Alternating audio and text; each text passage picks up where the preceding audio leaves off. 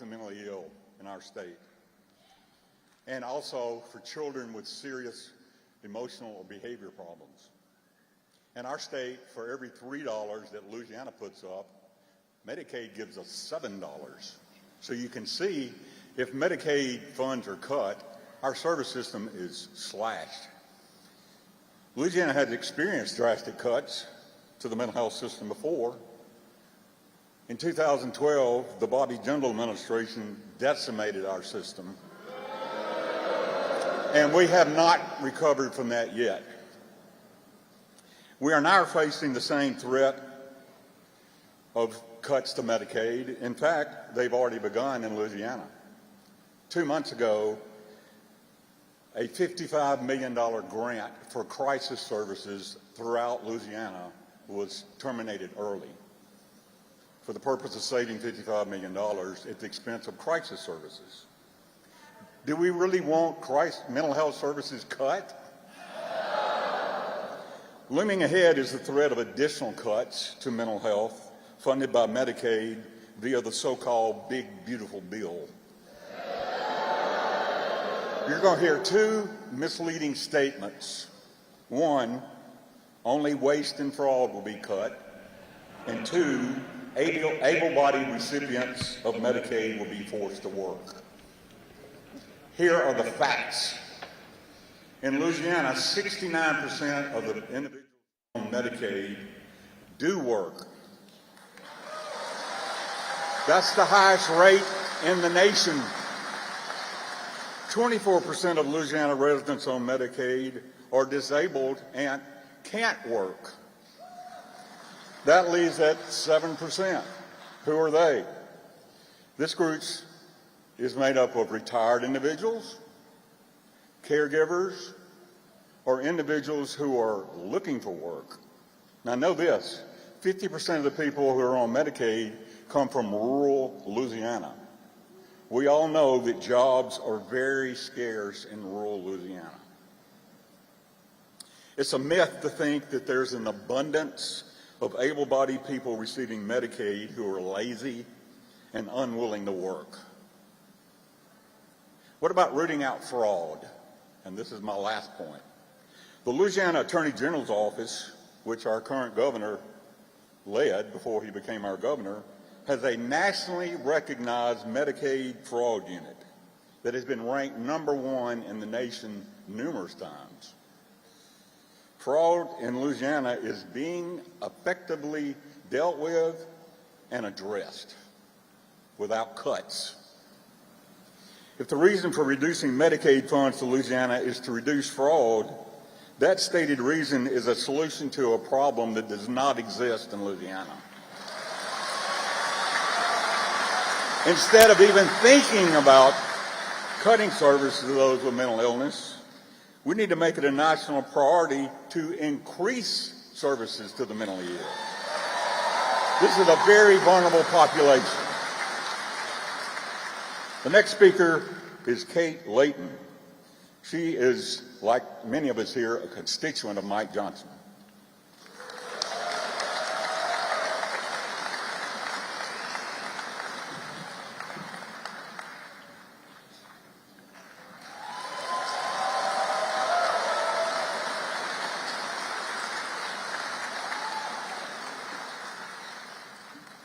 Like he said, my name is Kate Layton. I am nobody particularly important.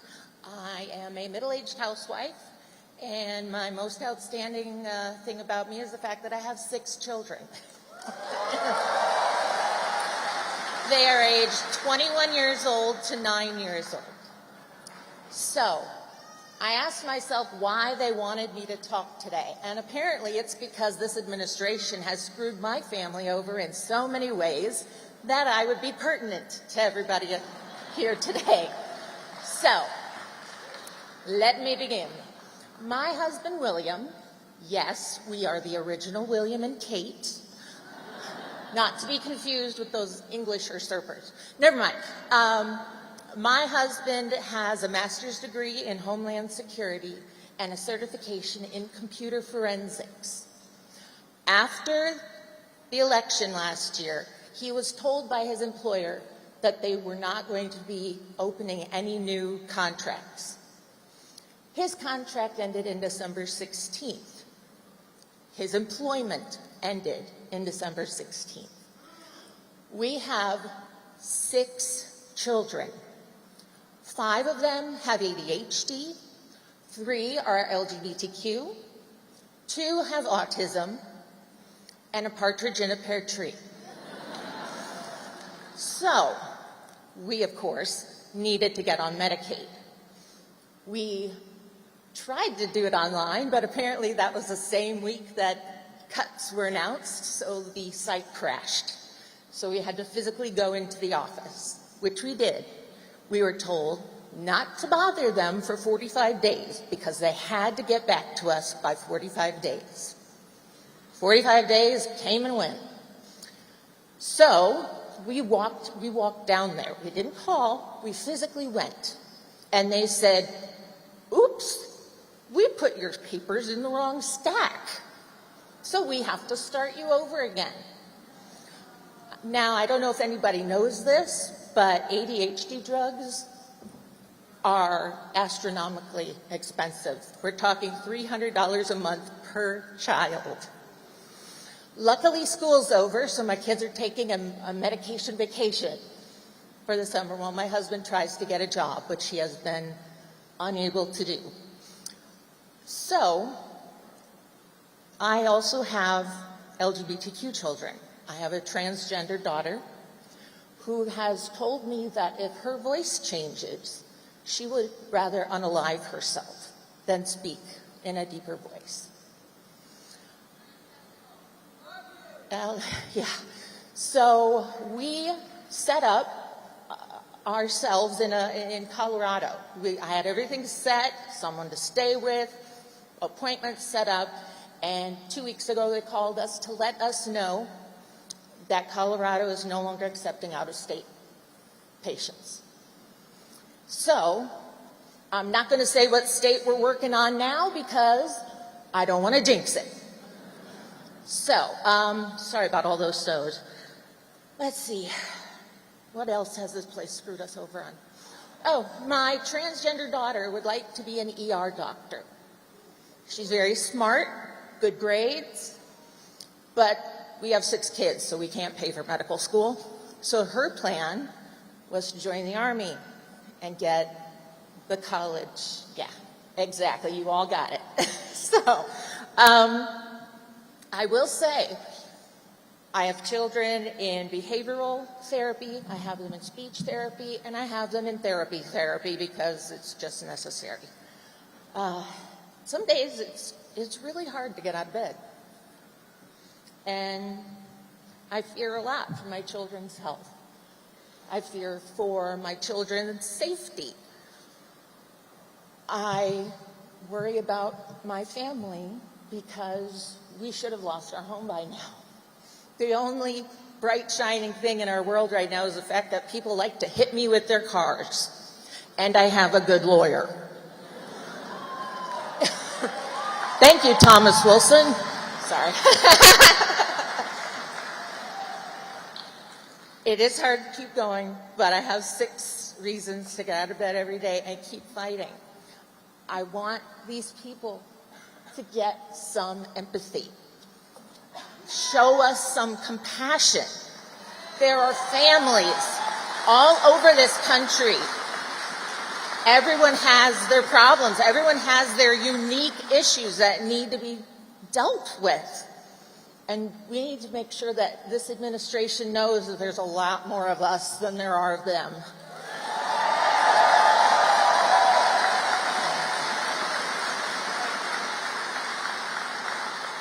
So, oh, just as an aside, I have MS.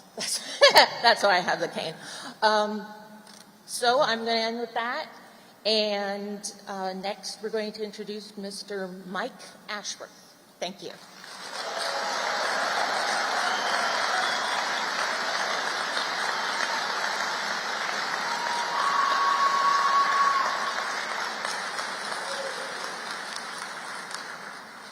Hi, I'm Mike Ashworth. I'm supposed to talk here from my father's perspective.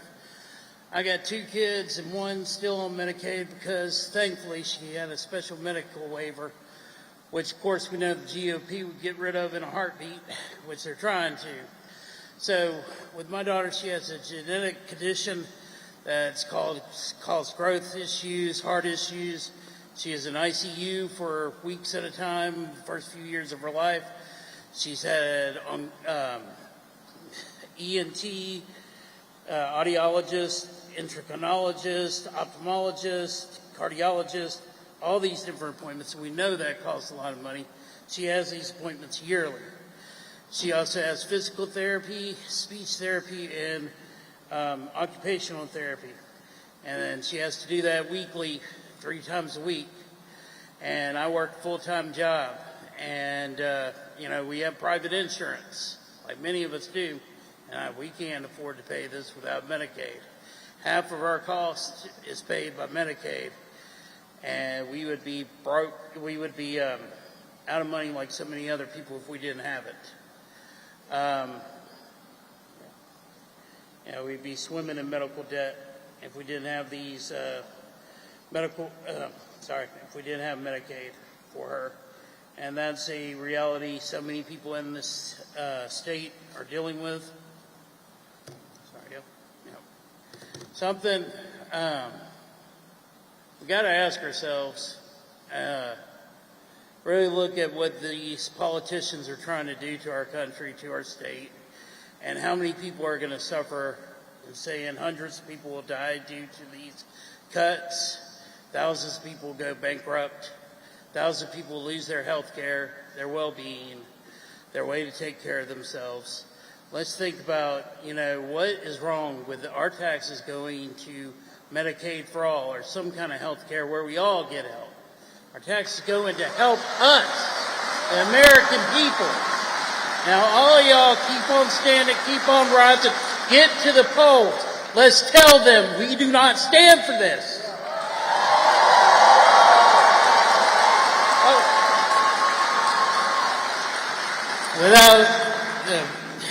Sorry. And that was good. Sorry about that. Dang. All right. But y'all keep on doing that. We got to get out there, tell them, keep on the No Kings and everything else. Now, a person with that, it doesn't need to be introduced. Gary Chambers.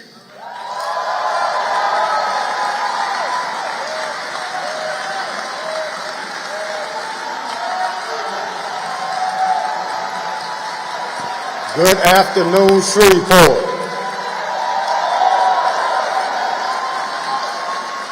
It is my pleasure to be with you today, and I want to let you know that the South has something to say.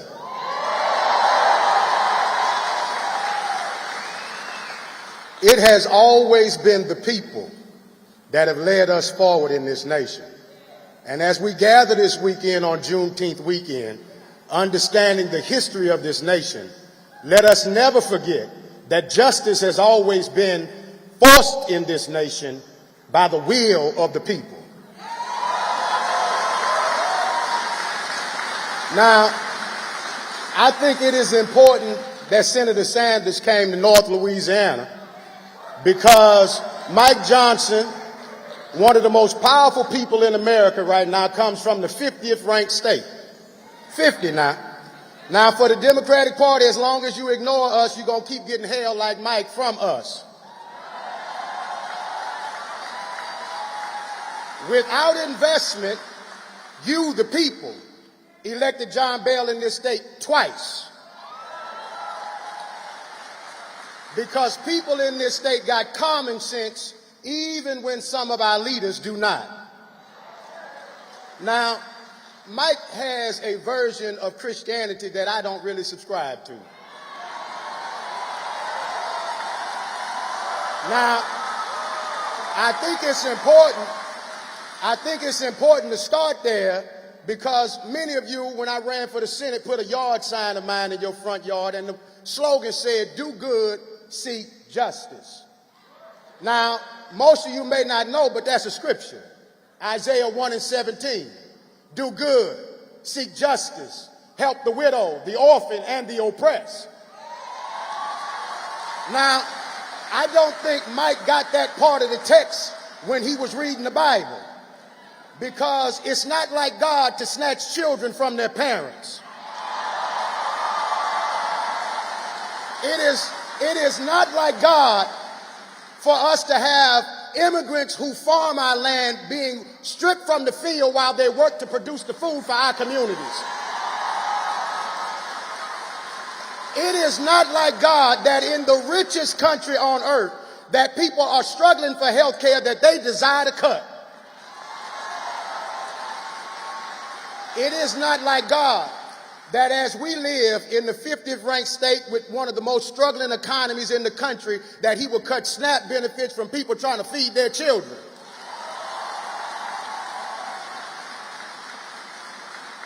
The reason I came up here today was because when I ran, I borrowed a little bit from the senator, okay?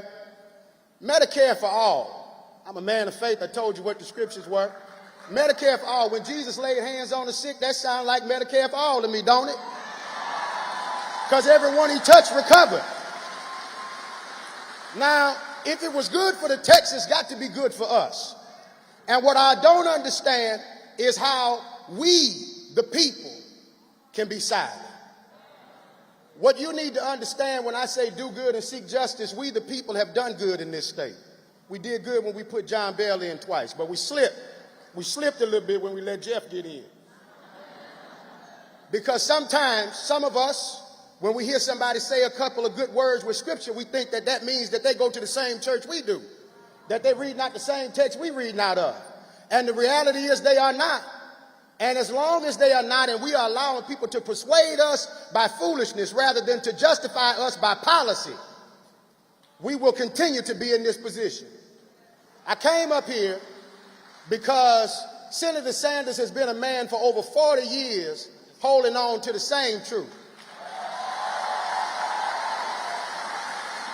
For over 40 years telling us that we needed to be a more just and moral nation.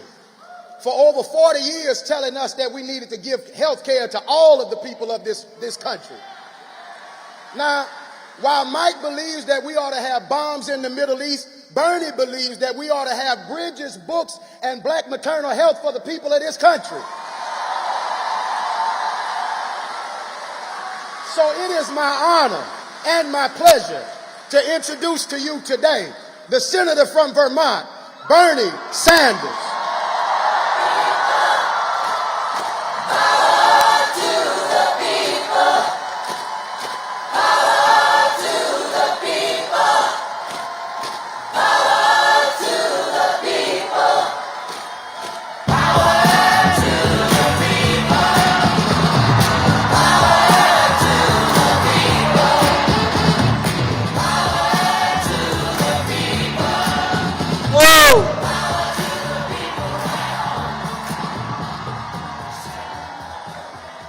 Thank you, Shreveport.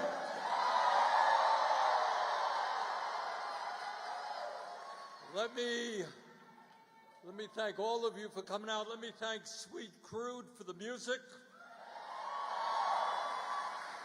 Conrad Cable, Yvette Fuller, Eddie Jenkins, Kate Lator, Mike Ashforth, and Gary Chambers for their remarks.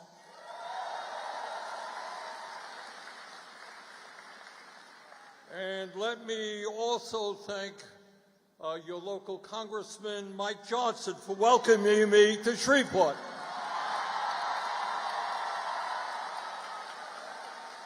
I saw a post of the billboard that the speaker put up on I-20. No? Yeah, I agree. The photo was not good, no question. We got to send Mike a better photo. But in truth, he did note what I am going to talk about today, and that is this absolutely horrific piece of legislation that Johnson is pushing in the Congress.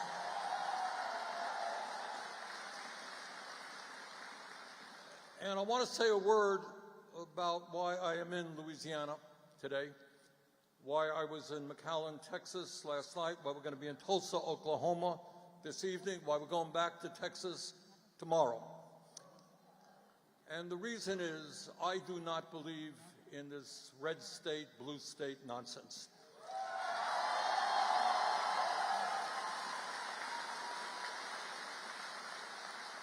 I believe that whether you live in Louisiana or Texas or Vermont or Massachusetts, I believe that the vast majority of the American people believe in economic justice. They believe in social justice. They understand that climate change is real and a threat to humanity. They believe in racial justice and an end to bigotry in all of its forms.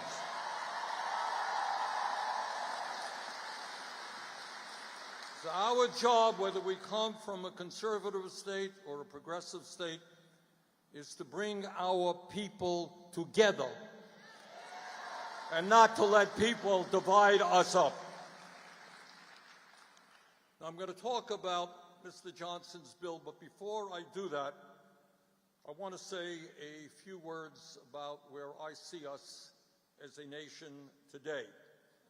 And in that regard, I see both bad news and good news. And the bad news is, I think most Americans understand, is that as a nation today, we face more serious crises than at any time in the modern history of our nation. And I wish I could tell you that wasn't the case, but it is the case.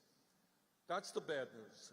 The good news is that all over America, people are standing up, and your presence here today is part of that, standing up and fighting back.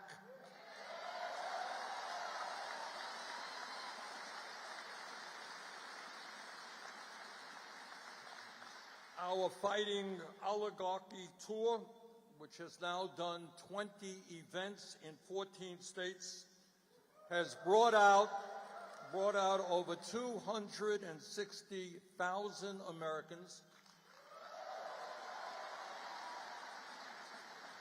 And those are Democrats, Republicans, and independents coming together.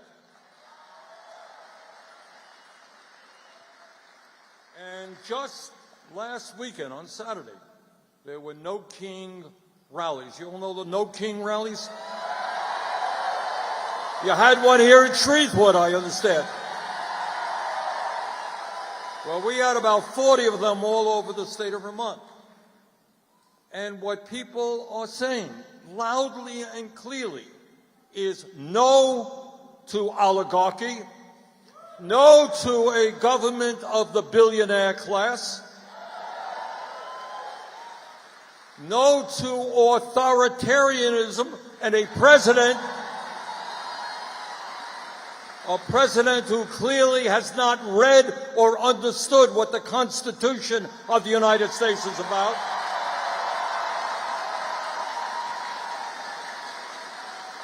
No to kleptocracy and a president who's going to make hundreds of millions of dollars off of his role as president. And no to Speaker Johnson's bill, which gives massive tax breaks to billionaires.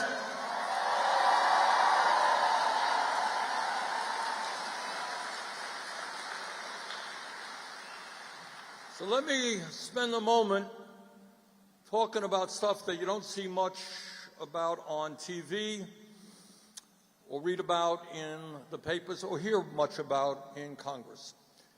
And that is that right now, in an unprecedented way, we as Americans are living in an oligarchic form of society.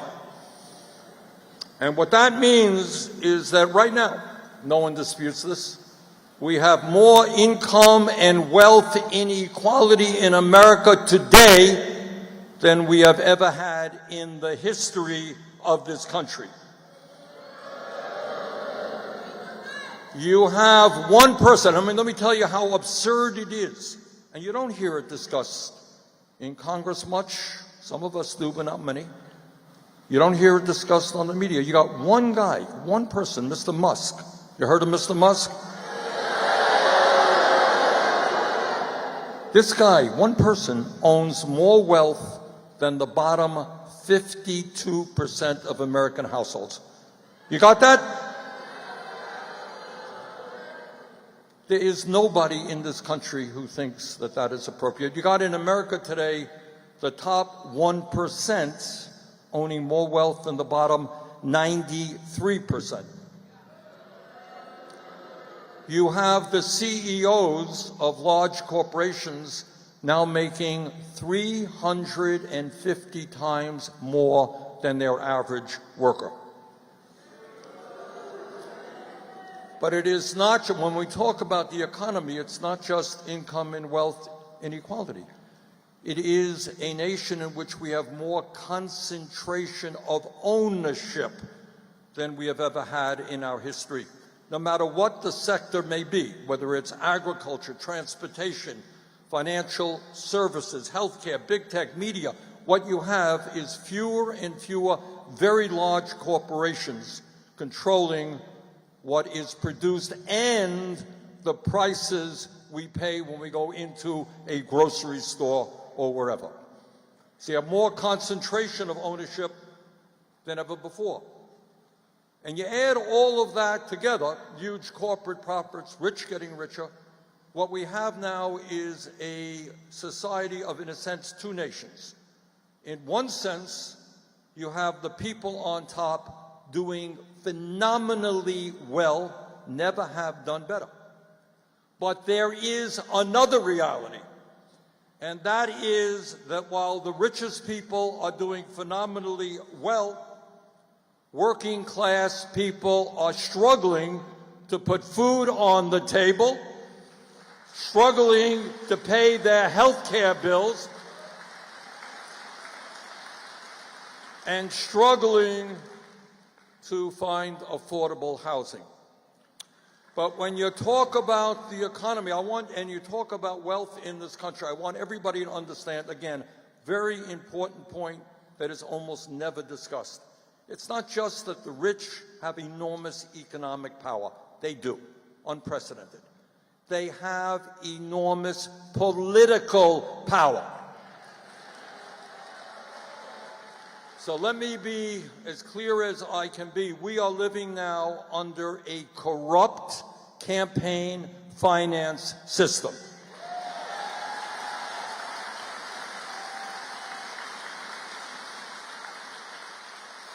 "15 years ago or so, the Supreme Court, in a disastrous decision called Citizens United,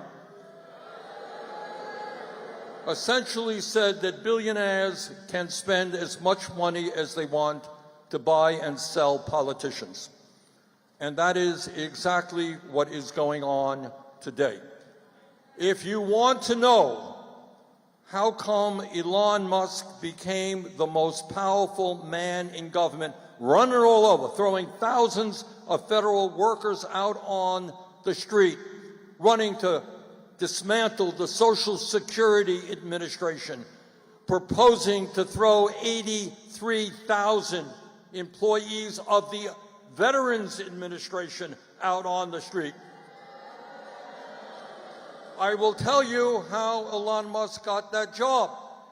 He contributed $270 million to get Trump elected. That is obscene. And I'll tell you something else, that right now as we debate, and the Johnson bill is coming to the Senate literally in a few days, and as we debate that bill, if you think there is a member of the House of Representatives, a Republican member, who is prepared to stand up against this bill without knowing that if this guy stands up and he says, you know what, I represent the low-income district, I don't think cutting Medicaid is a good idea to give tax breaks to the rich. You know what happens to that guy? On the next day, Mr. Musk says, we are going to primary you. You are out of here. I own the system. You cannot defy what we want. That's the Republicans. And the Democrats also have billionaires controlling what goes on in that party. So it's not just Republicans. And I will give you an example, and some of you will agree with me, and that's fine. I happen to be a believer in democracy. I think that's a pretty good idea. And unlike Republican leadership, I don't think everybody has to agree with everything I say. But I'll give you an example of something I feel very strongly about. I brought forth several what's called joint resolutions of disapproval. And what those are, and what I was trying to do, was to end U.S. military aid to the Netanyahu government in Israel.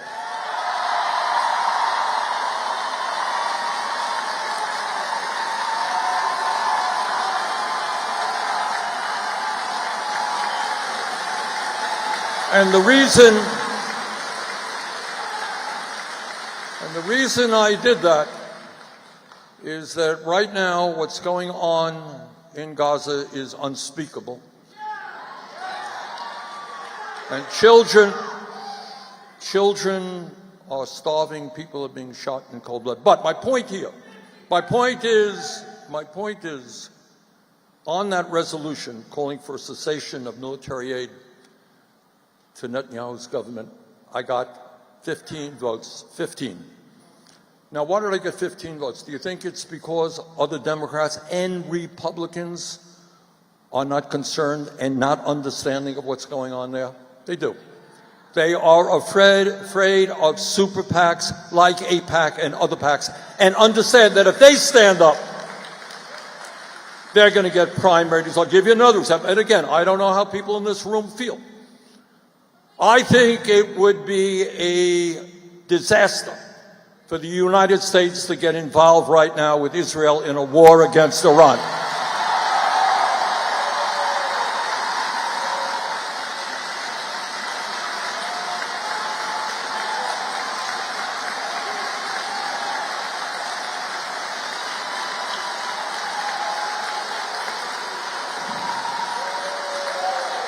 And I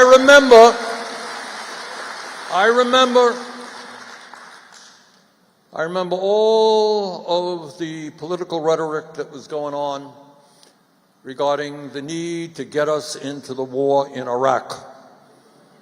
Oh, that Saddam Hussein had weapons of mass destruction, terrible, terrible. It turned out we got involved in that terrible war, and I went to too many funerals in Vermont, which I'll never forget. Young people died in that war. All over the country, we lost approximately 4,500 young men, women, 32,000 were wounded. Now, it seems to me that God only knows that we have enough problems right here in the United States to address. We don't need to spend billions more getting involved in a war in Iran.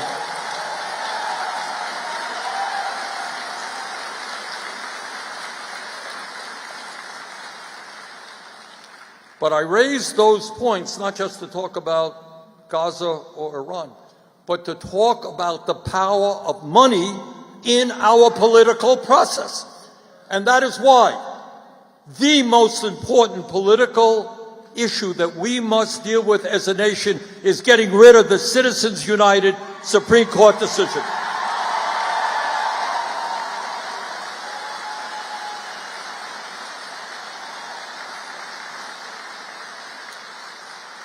And moving to public funding of elections. In other words, you want to run for office, and I hope some of you will. You should not have to beg rich people for campaign contributions.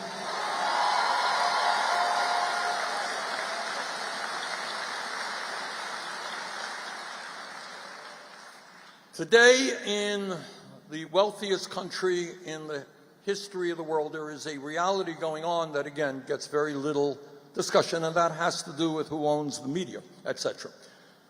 But what's going on is that 60% of our people are living paycheck to paycheck. You all know what that means, living paycheck to paycheck? Yeah, I fear that many of you do. And I grew up in a family that lived paycheck to paycheck, and that is a life and a childhood that I will never get, and that has greatly impacted my political views. And what paycheck to paycheck means, as you know, is there are people waking up today worrying about how they're going to feed their kids.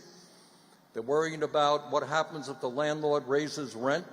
How am I going to pay for that? They worry about somebody in the family gets sick. I can't afford to take the kid, my parent, to the doctor. We just don't have the money. Talk about, what happens if my car breaks down? I can't get to work, right?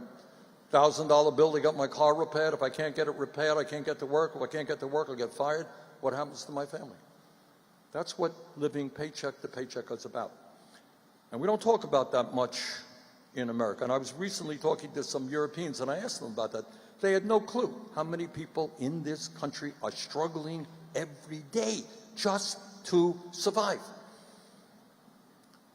So what we have got to understand is that we need in this country an agenda that works for working families, not just the billionaire class.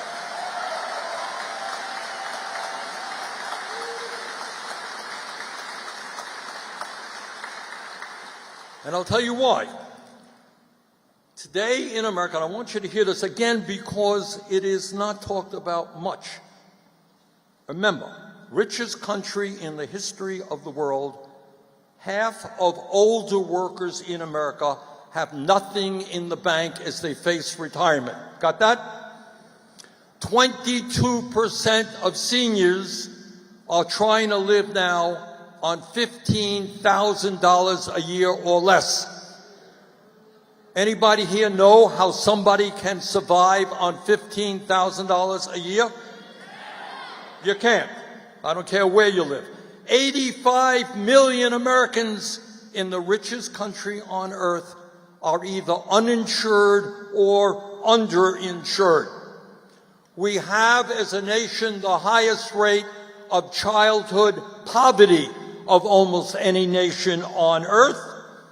We got 800,000 Americans who are homeless and over 20 million households that are spending 50% or more of their incomes on housing. You got millions of kids who can't afford to go to college, and you got a child care system which is broken at a time when, in many cases, both mom and dad are working. And then on top of all of that, there's another reality. And I think it tells you why people in America are angry. All of you know and understand that over the last 50 years, 50 years, technology has exploded and there has been a huge increase in worker productivity, right? Every worker in this room now produces a lot more than somebody doing similar work 50 years ago. One might expect that given the reality that workers today are far more productive, producing a lot more than used to be the case, they must be making a lot more money than the men and women who did those jobs 50 years ago, right? Well, here's the fact. The fact is that in inflation accounted for weekly wages, they are lower today than they were 52 years ago. So people are sitting there, they're saying, we're working on producing more. I'm going nowhere in a hurry. And everything being equal, if we don't change it, our kids in Vermont, in Louisiana, are going to have a lower standard of living than we do. All of this taking place in the richest country in the history of the world. And it's important to know this, during that same 50-year period, there was a $79 trillion transfer of wealth that went from the bottom 90% to the top 1%. So what you got? You got a society which, if you add it all together, is phenomenally rich, but the people on top have virtually all of it, and they are getting richer and richer while working class people struggle. This will shock some of the younger people here. All right, but you got to believe me, this is true. Hard to believe. When I was a kid several hundred years ago, and I grew up in a working class family, in those days, one person in a home, in those days mostly the man, could earn enough money to pay the bills for the family. Got it? One person. How many working class families do you know where both mom and dad are not working? Not many, correct? All right, that's the reality. And now let me get to Mr. Johnson's bill. Because at a time when so many of our people cannot afford health care, when families are struggling to put food on the table, and we got kids in Louisiana and Vermont who are hungry, kids can't afford to go to college, Mr. Johnson's bill does virtually everything wrong. But let me say a word about what the bill is not about. Mr. Johnson, in his billboard, said that people like me want to raise taxes on working class families, and that is absolutely untrue. Nobody in Congress, nobody believes that we should not reauthorize the tax provisions that protect working class families. That's a boga issue. But let me tell you what this bill does do. This bill, at a time of massive income and wealth inequality, when the billionaires have never had it so good, it would provide a $650 billion tax break to the top 1%. So all of the billionaires in this room, and I know there are many, good times are coming for you. You're getting a big tax break. This bill would also, which I find just unbelievable, provide a $230 billion tax break to the top 0.2%. It's not even the 1%, 0.2, by expanding in the estate tax the exemptions for very, very rich families. This legislation that Mr. Johnson is pushing would provide a tax break of more than $400 billion to large corporations. And by the way, one of the things this tax break does is it incentivizes these companies to make investment in new technology, i.e. robotics and artificial intelligence, which are going to throw you out on the street. And how are they going to pay for all of these tax breaks for the rich and large corporations? Well, I will tell you. Johnson's legislation cuts Medicaid and the Affordable Care Act by over $1 trillion. The Congressional Budget Office, a nonpartisan institution, has estimated that at a moment when 85 million Americans are uninsured or underinsured, this bill would end health insurance for 16 million more Americans. So in other words, instead of dealing with the health care crisis, making sure that all of our people have health insurance, lowering the cost, this makes a terrible situation even worse. This bill, for the first time, forces millions of Medicaid recipients who make as little as $16,000 a year to pay a copayment of $35 every time they visit a doctor when they get sick.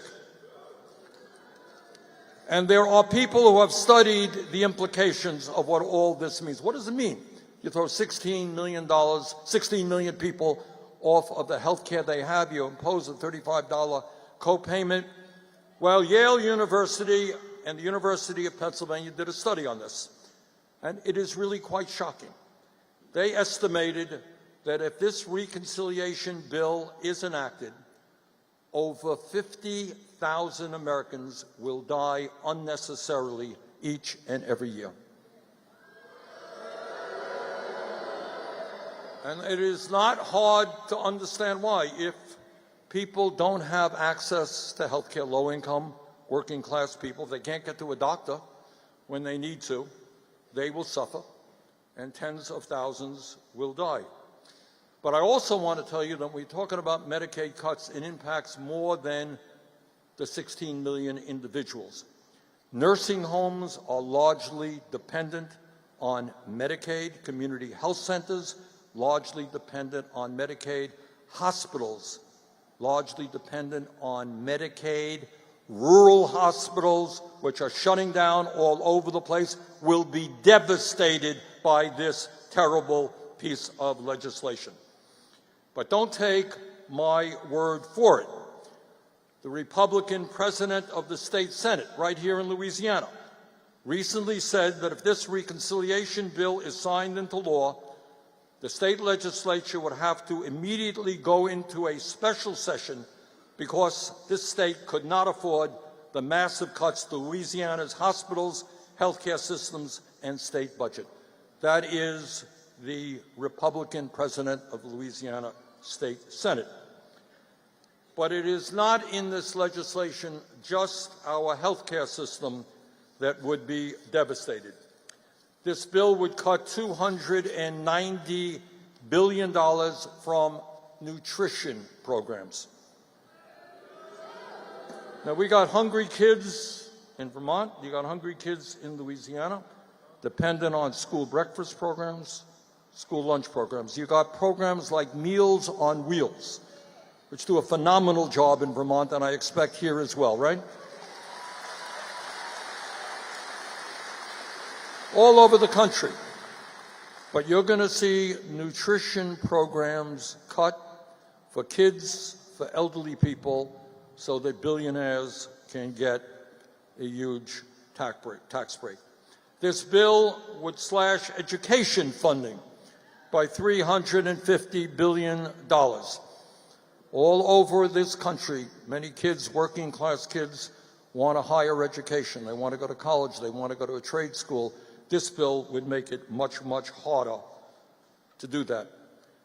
A few weeks ago, Speaker Johnson said that there was a, quote unquote, a moral component to this reconciliation bill. Now, I don't know that there is any religion on earth that believes it's appropriate to take food away from hungry kids to give tax breaks to the richest people.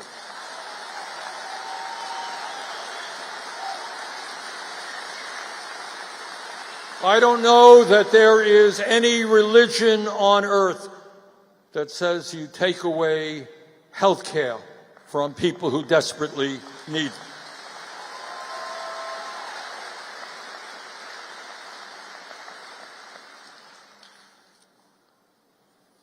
In my view, as a nation, it is imperative that not just we beat this bill, and I'm going to work as hard as I can next week and in the coming weeks,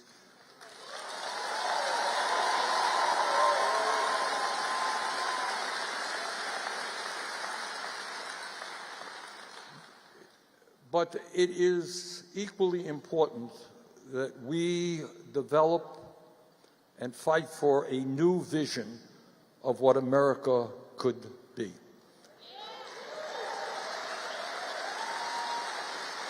See, what the establishment wants to tell you in so many words is, well, I'm sorry about it. We're a poor country. We're a struggling country. Sorry I have to throw you off health care.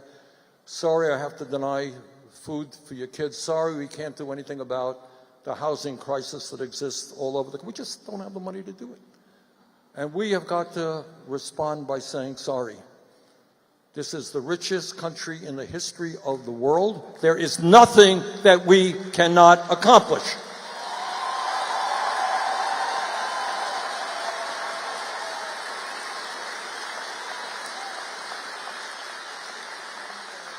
In my view, and as part of the fight against income and wealth inequality, we should not be supporting tax breaks for the rich. We should be demanding that the billionaires start paying their fair share of taxes.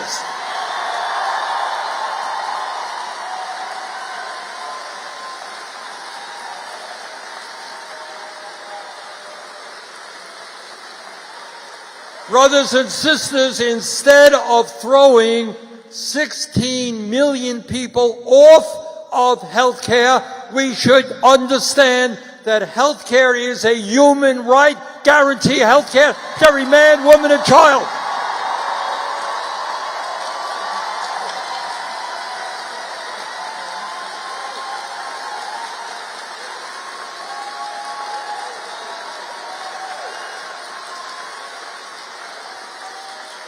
And again, what I want to tell you, and the media doesn't do much on this, this is not a radical idea.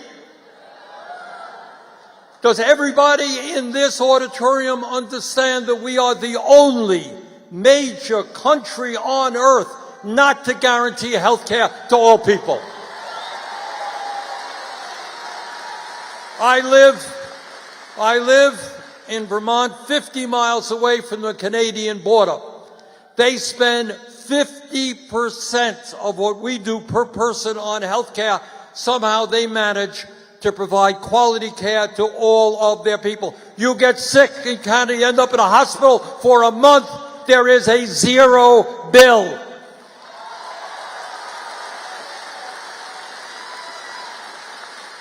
The function of a rational health care system is not simply to make the drug companies and the insurance companies richer and richer. It's to provide quality care for all. Let us fight for a Medicare for all single-payer program.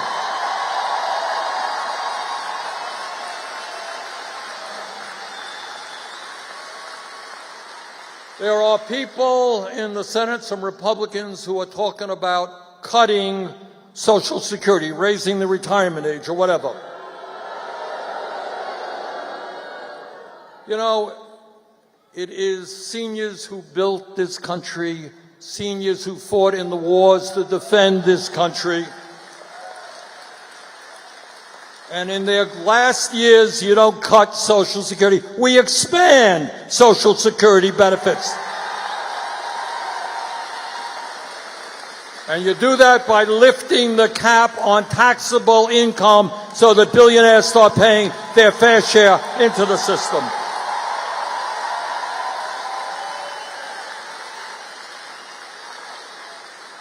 And instead of throwing people off of health care or denying food to hungry kids, maybe we address the housing crisis in America and build the millions of low-income and affordable housing units that we desperately need.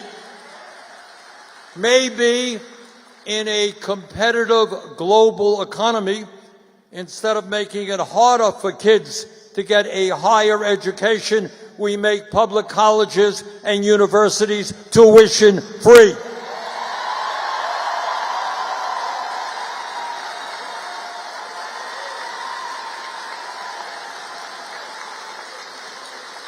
Young people should not be forced to go $50,000 or $100,000 in debt because they wanted a higher education.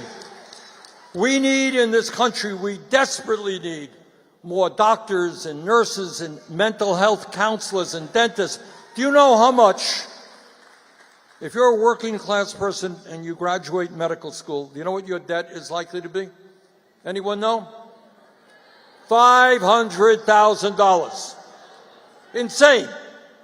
We want to encourage our young people to be doctors and nurses, not to have to go deeply in debt to do that.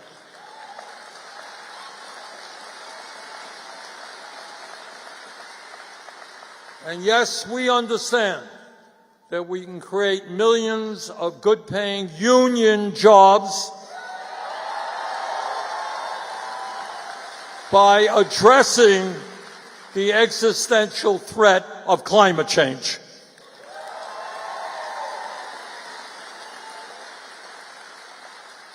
And when some of my colleagues in the Congress talk about freedom, they love freedom, well, in my view, freedom means that every woman in America has the right to control her own body.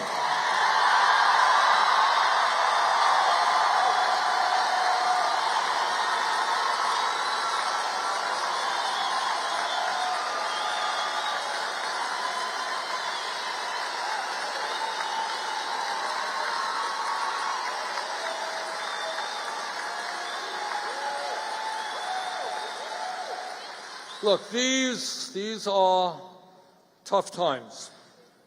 But in this moment, especially this moment in American history, despair is not an option. Giving up and hiding under the covers is not acceptable. Because what we are dealing with is not just stuff that will impact our lives. What we are dealing with is what will happen to our kids and future generations.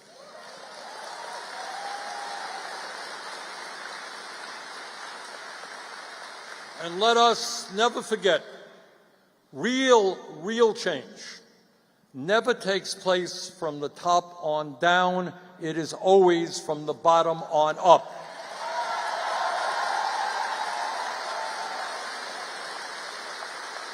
Real change takes place when millions of ordinary people stand up and say, you know what, the status quo is not working. And they band together and they take on powerful special interests. This is what happened way back in 1776.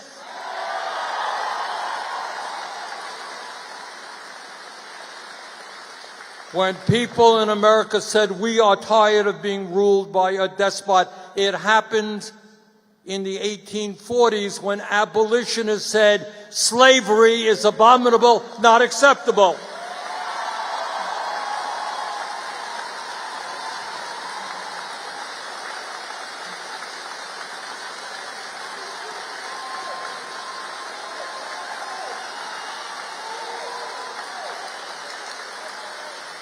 It happened in the 20s, 1920s and 30s when workers said, we are sick and tired of being exploited. We're going to stand together and build a strong trade union movement. It happened in the civil rights movement, the women's movement, the environmental movement, the gay movement.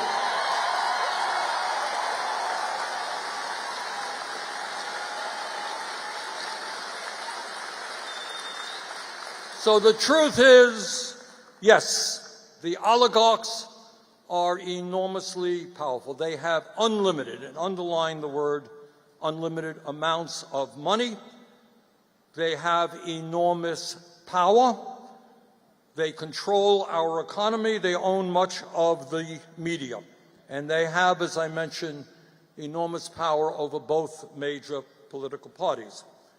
But from the bottom of my heart, I am convinced that if we stand together, we can beat them.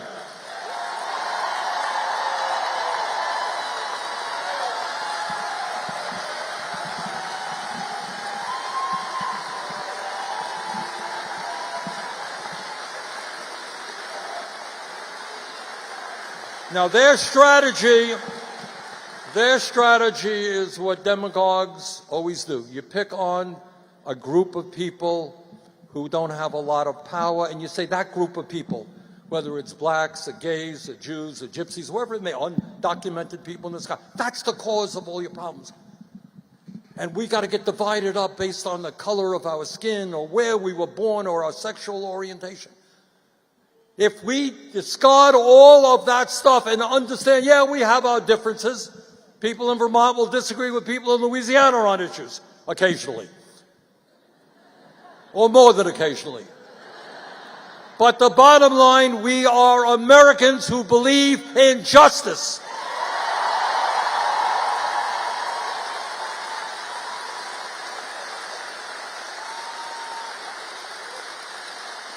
So let us stand together.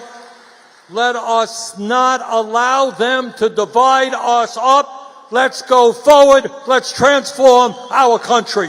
Thank you all very much. Thank you, Shreveport.